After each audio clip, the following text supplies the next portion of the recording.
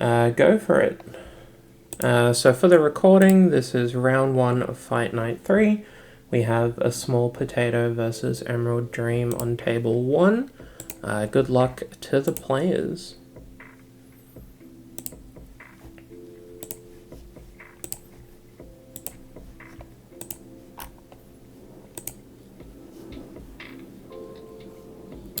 Alright, looks like Emerald's got the play, both players keeping 7, which we love to see.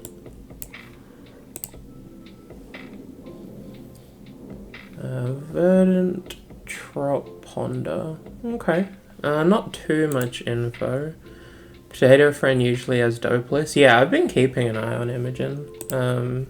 She's got some real cool lists that have been coming through.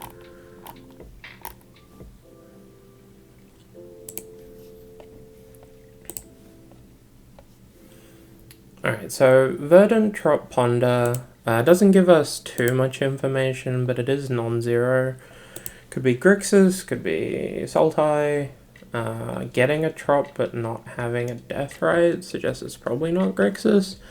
It's probably some kind of green-blue base deck. Tiger, okay. So either Teamer or 4-color or 5-color. Imogen's taking us away with a turn 1 Guide of Souls. This card's real scary, and people are talking about banning it in Modern, which I think is probably overkill.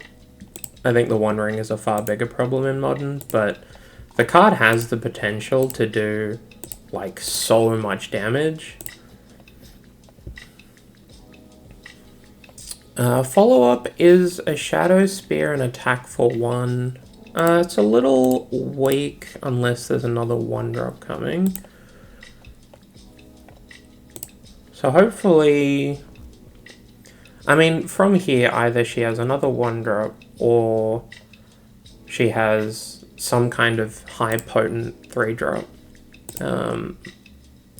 High-power 3-drop, rather, so... But at the same time, I mean, she's floated a mana, Jack's floated 2 mana.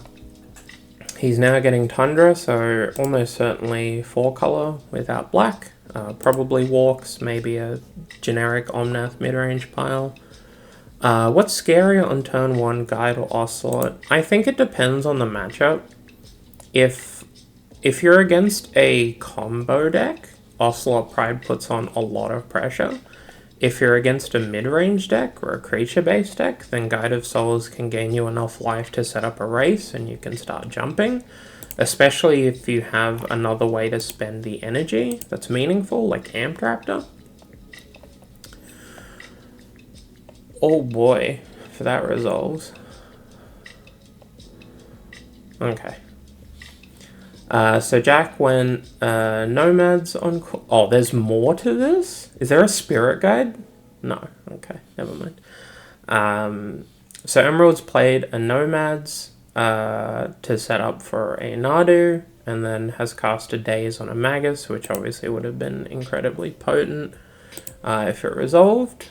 So we'll see if Potato has a strong enough follow-up, because I mean, Emerald is quite low on resources. He has 4 cards in hand. Green Suns for 3 is pretty spooky. I fully expect a Nadu turn coming. Yep, here we go. Well, this is either going to be very quick or very not quick.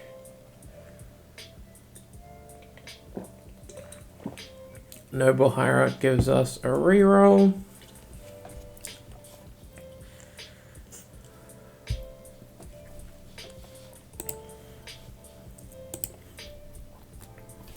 So, I mean, here Potato's in a bit of a hole, unfortunately. I've been slamming Mango Monsters as well.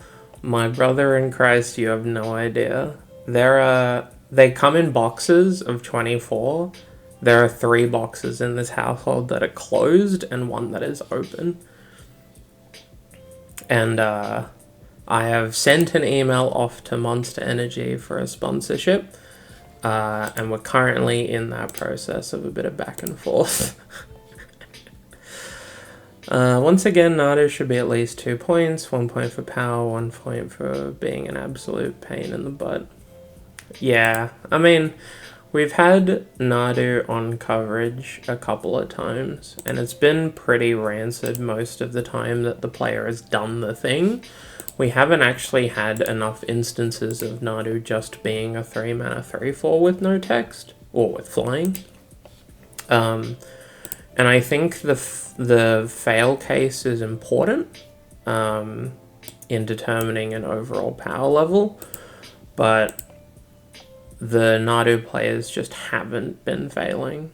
I don't know that Imogen has meaningful follow-up available. If she can kill the Hierarch or the Nadu and Blood Moon, that might be enough to actually do something here. I'm not certain if Emerald is playing a Time Walk to go... Oh, sorry. I'm not certain if Emerald's playing an Island. March on Nadu. I mean, that's part 1 down.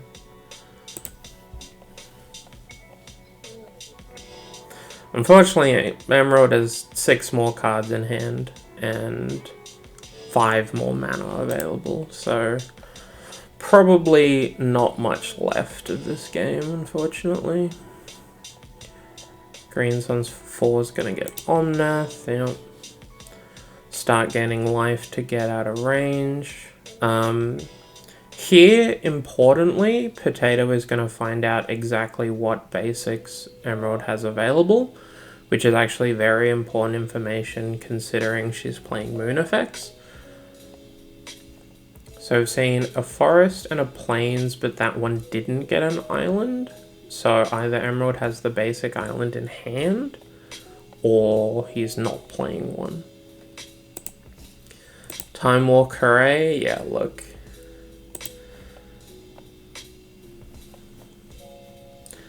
That's the state of Highlander at the moment. Notably, Nadu Walks is a little bit prohibitive to play in paper, just because Time Walk is so expensive. And on Moto, you have the ability to play far more cards of a higher monetary value. So we've already seen a Black Lotus Storm deck be played in a previous fight night. In this case, I mean, Emerald does have the deck in paper, but it is worth noting that we're probably expecting to see more of those high-end cards in fight nights than we would in normal paper events. Okay, so Potato packs up. Emerald wins game 1. Not too surprising there. I mean, if the Magus resolved, that game would have gone in a different direction. And having Nomads and Green Suns for Nadu on 4, a little bit backbreaking, just because the timer that was on Potato was a fair bit narrower. It appears that she didn't draw quite enough interaction and not enough pressure, but we'll see if that changes. I expect her to be bringing in a fair amount out of the sideboard. I'm not certain what Emerald will have for this kind of matchup. Maybe some kind of mid-range Green Suns target. But it wouldn't be much, because a lot of the walk sideboard is for the blue decks. They play, a carpet and some Rebs. I assume Emerald will bring in the Bebs. Maybe a... probably not a Norod. Alright. We are going into game 2 of round 1. Potato's going to choose the play, unsurprisingly. And is taking a mulligan to 6. Emerald is keeping 7.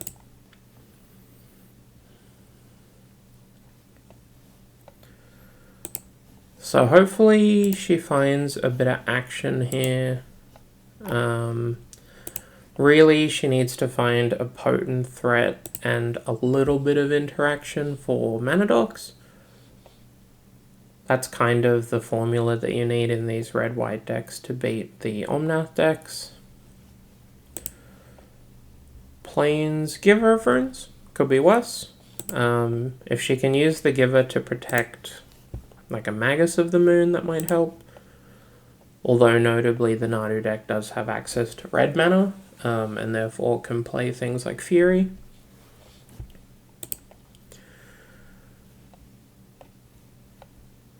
Emerald fetching out his basic plains to avoid an early Blood Moon, and Prismatic ending the Giver of Runes. So returning to parity here. Unfortunately, no follow-up. Looks like the mulligan to 6 didn't find a 2-drop, although actually there could be a Ophelia or something here. We'll see if she has anything for the end step.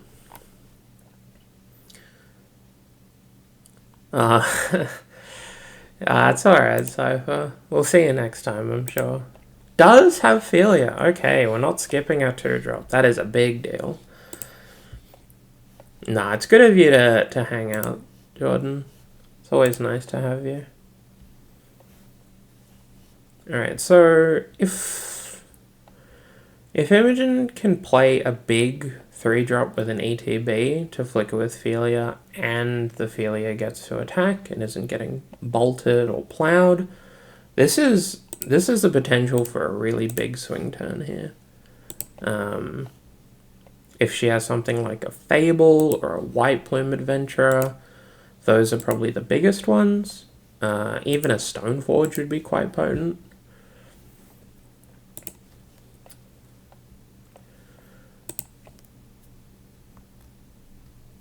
So there's a bolt on the Nomads to stop Nadu out. My guess would be that she might not have a follow-up threat, or might have been missing a land drop here. Got a Brainstorm in response to the bolt. I assume Emerald is looking for Misstep here, which would also suggest that he has the Nadu in hand, or a way to get it. Might not be next turn, it might be the following turn, but the Nadu Walks deck doesn't play that many ways to trigger Nadu. They don't play Shuko. They sometimes play a Lightning Greaves, but it's usually just Nomads.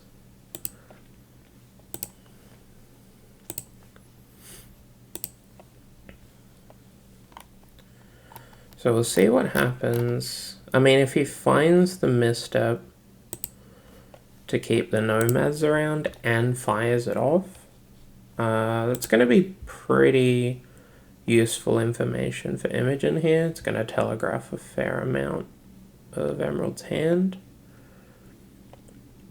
Does not protect the Nomads, okay.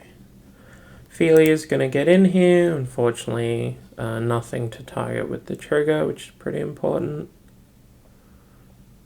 Still, 2 damage is 2 damage. Now we're going into Emerald's turn 3.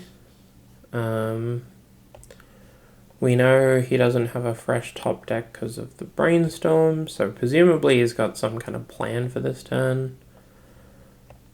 Spellseeker is a pretty big deal. So the second card from Brainstorm is shuffled away. We're getting Ephemerate with Spellseeker, which is very unsurprising. No stonks for the Beastorm to 1 believers. I mean, your camp's a little small. Well, it's not that small. There actually are quite a lot of people who want Brainstorm to 1. Notably, not the blue players. Crazy how that works. Alright, so Potato has drawn a 3rd land. That is a huge deal, because a lot of the best things to flicker with Ophelia are 3-drops. But is playing a Hearse here, and a Fury, exiling a Jolly Balloon Man. So she's really prioritizing stopping the walks combo from happening, which I think is very reasonable. I mean, the general game plan of the Nadu deck against interaction is using E-Winners to pick up certain bits of it. Here we see Hearse is eating the Spellseeker and the Nomad, so those two are gone now. There's no way that Emerald's going to be able to bring those back from exile. The Walks combo is still live, or at least some portions of it. And a turn 4 Pyroglyph to deal with the Ophelia. It's not even my camp, I just keep a careful eye on how crazy the public think they are. Yeah, look, I mean, the Brainstorm to 1 camp has some reasonable arguments and some very unreasonable arguments. And that's true for basically every points change that quite a lot of people believe in. Unfortunately for Potato, this Pyroglyph is the only thing on the battlefield. There is a Hearse, but it's kind of done its damage now. And she didn't have a 4th land. So 1 card in hand after Fury kind of lit her hand on fire. It could be a 4-drop, it could be an interactive spell, it could be like a Reb. Although I probably would have rebbed the EI if possible. Notably, Emerald has Ephemerate in hand and Pyroglyph in play, which is a real big deal, but we'll see.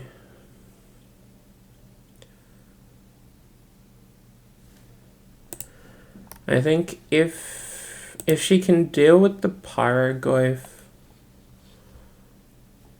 that's probably step 1, because she can't really commit to a permanent that dies to it. Notably, Hearse will reduce the size of Pyroglyph over the course of the next few turns. Whether it reduces it enough to stop the race is questionable at this point.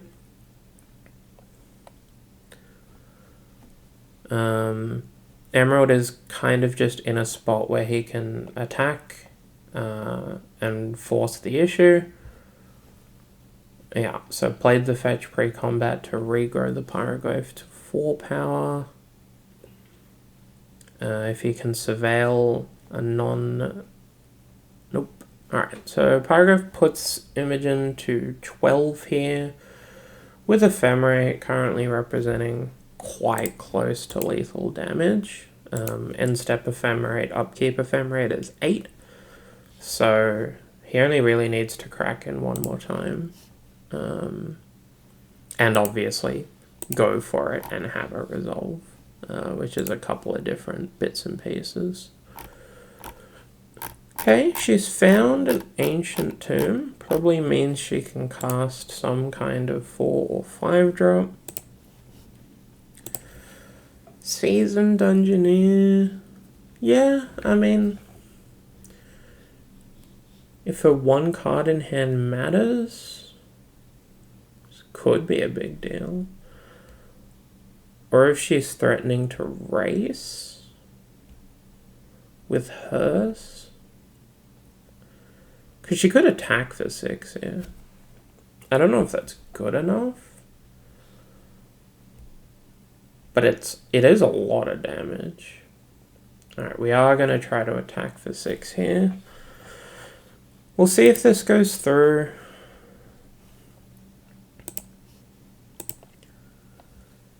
The Hearse needing to shrink the Gopher is scary because he can just die. Yeah. Wandering Emperor. Yeah, that's a card. Yep. So Emerald's going to 15, clears out one of Imogen's 2 threats. I don't think it's quite over yet. I mean, she might be representing like an Ephemerate here. And notably, Wandering Emperor is double white, so Emerald is not representing Ephemerate right now, which is a pretty big deal. If she can answer the Spiroglyph. Okay. Yeah, I don't know what Potato's other card in hand is, because obviously one of them is a Plains from the initiative. I think this is probably over more often than not. Omnath, sure.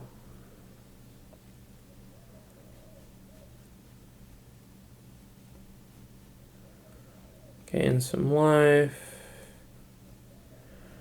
Kraken. Enter the dungeon.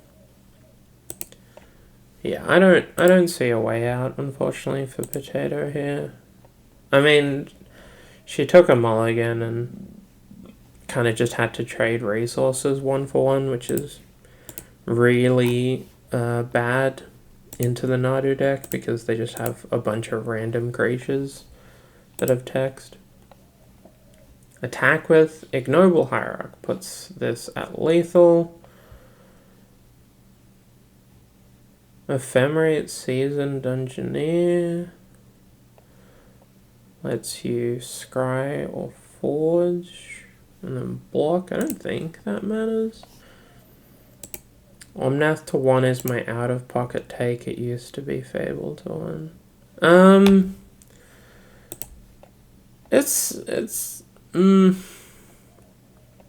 I'm not convinced that Omnath is a 1-point card. Both in power level and in usability.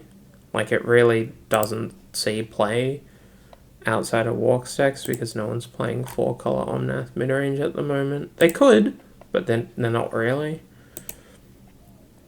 Notably, Potato's play keeps the Undercity.